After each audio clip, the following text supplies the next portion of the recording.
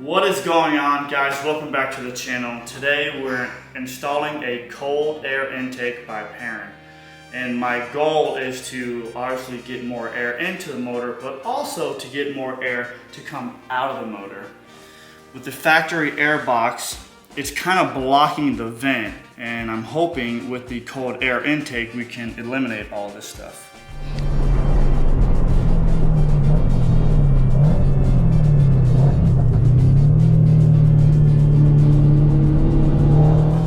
So let's take a closer look and I can explain a little bit better.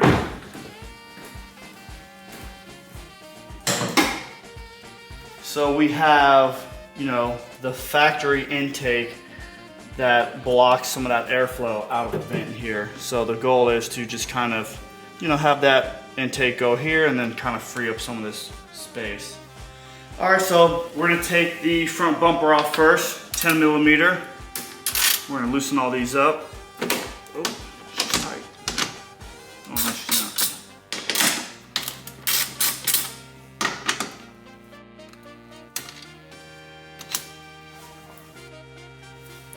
Next, we have some push pins. We wanna push them in. Then we'll be able to pull these out.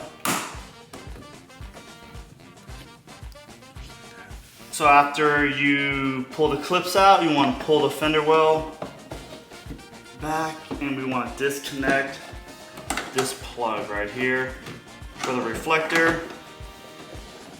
And probably get it close enough to start pulling it out. There's a dozen clips on the bottom. We got to pull those out too.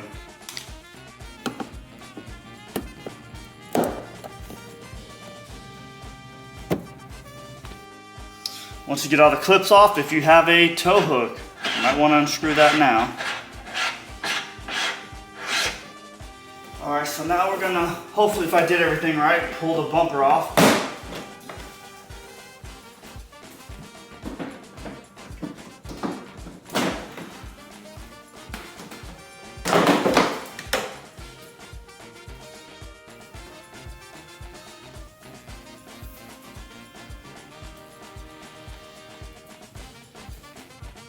All right, so we got a couple more 10 millimeters right here.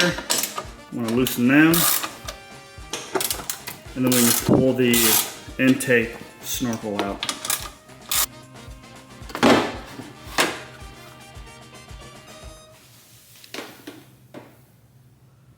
All right, so let's open up the box.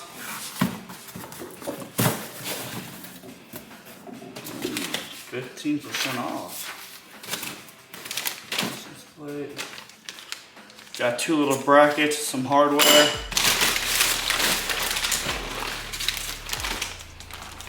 The actual filter, which looks like it's extremely oily.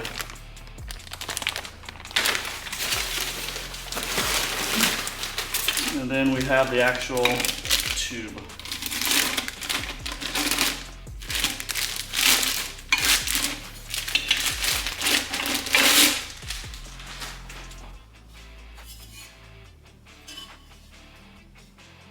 And there it is.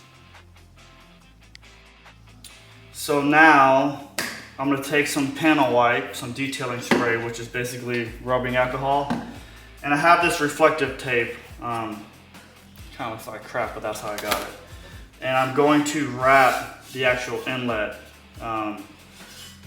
Basically, this is aluminum. It's going to absorb the heat. The mass here is going to pick up temperature, and road racing with all that heat, coming out of the vent, I don't want this thing to just keep getting hotter and hotter and hotter. So we're going to try to prevent some of that with wrapping.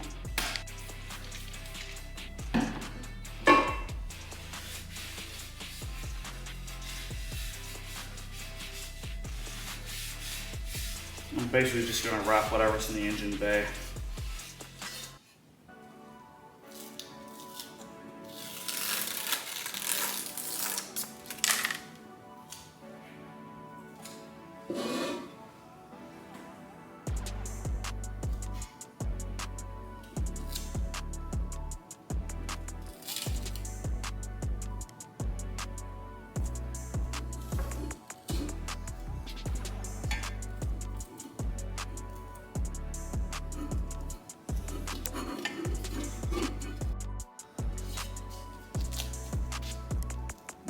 don't judge me about my tape job. As long as it holds the heat out. About to cover up my Perrin logo. Okay, now that we did a hack job with taping it, let's get it installed. So we're gonna continue with that 10 millimeter, and we're going to loosen up, unbolt the air box. So we have one here, one down there, one here, and one here.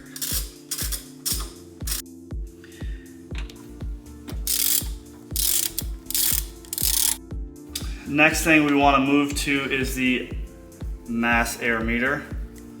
Phillips head screwdriver, and then we could disconnect it here and pull it off of this. And that's it. Now that everything's loosened, we can go ahead and remove the air box.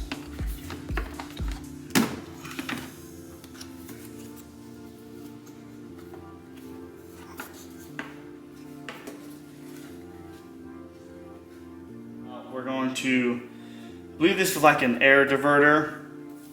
So we want to just pull off these 4 clips. There's actually 5, I'm sorry. There's 4 down here, and then we're going to do this one up here.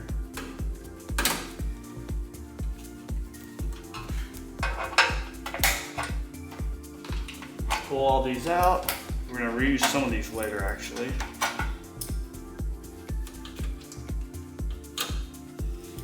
So with the supplied hardware, we're going to be using to hold this back.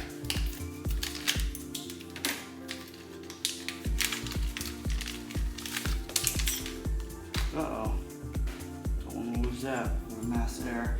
And basically what we're going to do, we're going to be pushing this forward. Use those push clips that we're using to hold it in.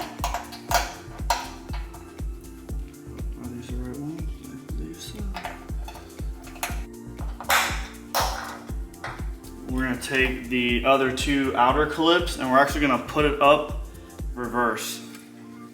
And this is what's going to hold everything back. Next we want to remove or loosen up this brace. And we're going to have to loosen up these guys here as I smash up my header. Alright, so we're going to lift this up.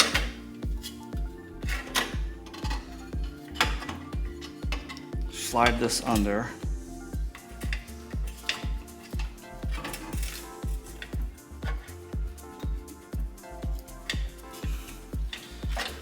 Throw that in there. And then take the supplied hardware and we're gonna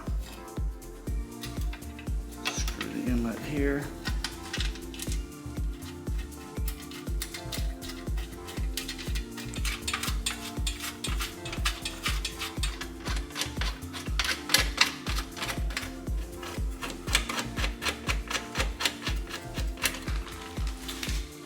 All right, we can put the filter on it.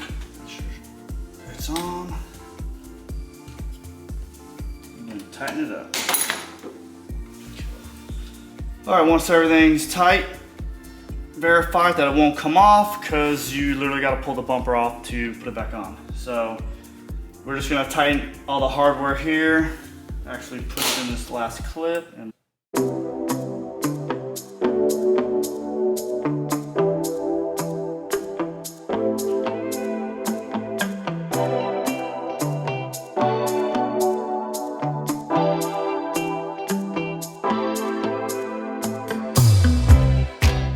so now we're gonna put the mass air meter in. Make sure you have the arrow going towards the motor.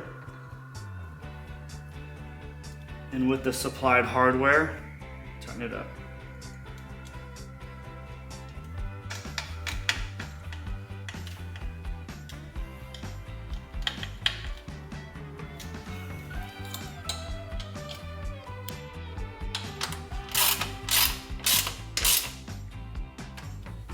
Now in reverse fashion, we just put the bumper back on.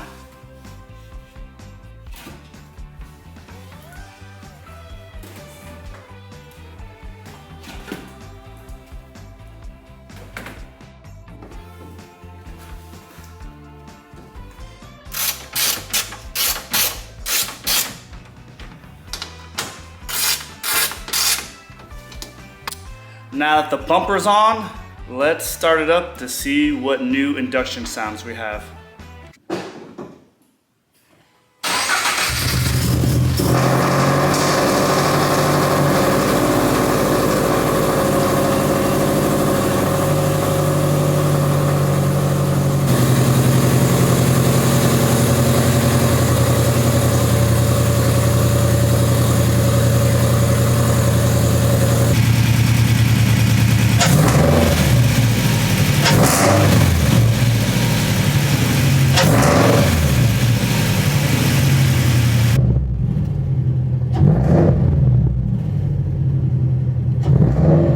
Definitely hear the intake sucking in air now.